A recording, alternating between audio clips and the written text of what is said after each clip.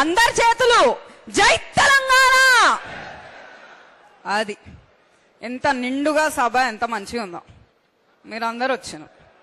ఎట్లుంది మరి ఊర్లో ఇప్పుడు పరిస్థితి? మంచిగా ఉందా? నీళ్ళు వస్తున్నాయా? వస్తలేవు. కరెంట్ ఎన్నిసార్లు పోతుంది మీకు?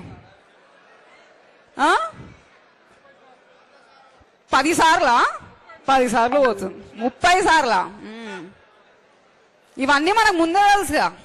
అయితే ఇవన్నీ మనకి ముందే తెలుసుగా. అయినా మనం అనవసరంగా కాంగ్రెస్ ని తెచ్చుకున్నాం. అయిందేదో అయిపోయింది. ఇంకో 2 సంవత్సరాలు ఉంది. ఇప్పటికైనా మనం అందరం కలిపి కట్టుగా ధైర్యంగా, ఇందాకేం చెప్పిండ్రు, ధైర్యం అనేది మనకు ఉండాలి. ధైర్యంగా మనం ముందుకు అడిగేస్తేనే, పోట్లాడితేనే ఏదైనా అవుతుంది. అంటే రేవంత్ రెడ్డి అయినా ఈ సంజీవ్ రెడ్డి అయినా ఏంది, దొంగ కేసులు వేసి ఉట్టిగానే బెదిరించి ఏదేదో చేస్తున్నారు. కానీ మనం అస్సలు భయపడొద్దు. నా మీద కూడా కేసు పడ్డదు. మొన్న పిల్లలకి వెళ్ళి అడిగితే, కాలేజ్కి వెళ్ళి అడిగితే ఏమైంది, ఎందుకు ఇట్లా భోజనం పెడుతున్నారు, కుళ్ళిపోయిన భోజనం ఎందుకు పిల్లలకి పెడుతున్నారు అని చెప్పి వెళ్ళి నిలదీసి అడిగితే కేసులు వేస్తారు. కానీ కేసులు వేస్తే మనం భయపడతామా? చెప్పాలి మీరే గట్టిగా. భయపడేది లేదు. ఏం బీక్తారు అని చెప్పి నేను అడుగుతున్నాను. మీరేం చేయగలుగుతారు?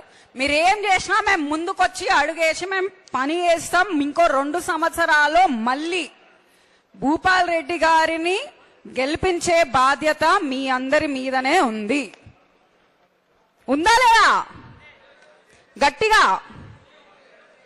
ఇప్పుడు ఈ ఎస్ఐఆర్ ప్రాసెస్ అనేది మనకు చాలా ఇంపార్టెంట్. ఉట్టి ఎమ్మెల్యే ఎలక్షన్స్ అనే కాదు, మీ సర్పంచ్ ఎలక్షన్స్ కైనా, ఎంపీటీసీ ఎలక్షన్స్ కైనా, జెడ్పీటీసీ ఎలక్షన్స్ కైనా, ప్రతి ఒక్క ఎలక్షన్ కి ఇదే ఓటర్ లిస్ట్ జాబితా అనేది ఉంటది.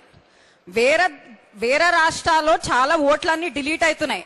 కాబట్టి మనం జాగ్రత్తగా ఉండి, వలసలు వెళ్ళిన వాళ్ళదైనా, లేకపోతే చదువు కోసం వెళ్ళిన వాళ్ళదైనా, లేకపోతే ఇతర దేశాలకు వెళ్ళిన వాళ్ళదైనా, ప్రతి ఒక్కరిది చూసి మనం మంచిగా లిస్ట్ చేసుకొని ముందుకెళ్ళాలి అని చెప్పి నేను కోరుకుంటున్నాను. చేస్తారా లేదా? రైట్. జై తెలంగాణ. అందరం కలిసి కష్టపడదాము. ఇప్పుడు వచ్చేస్తున్నారు.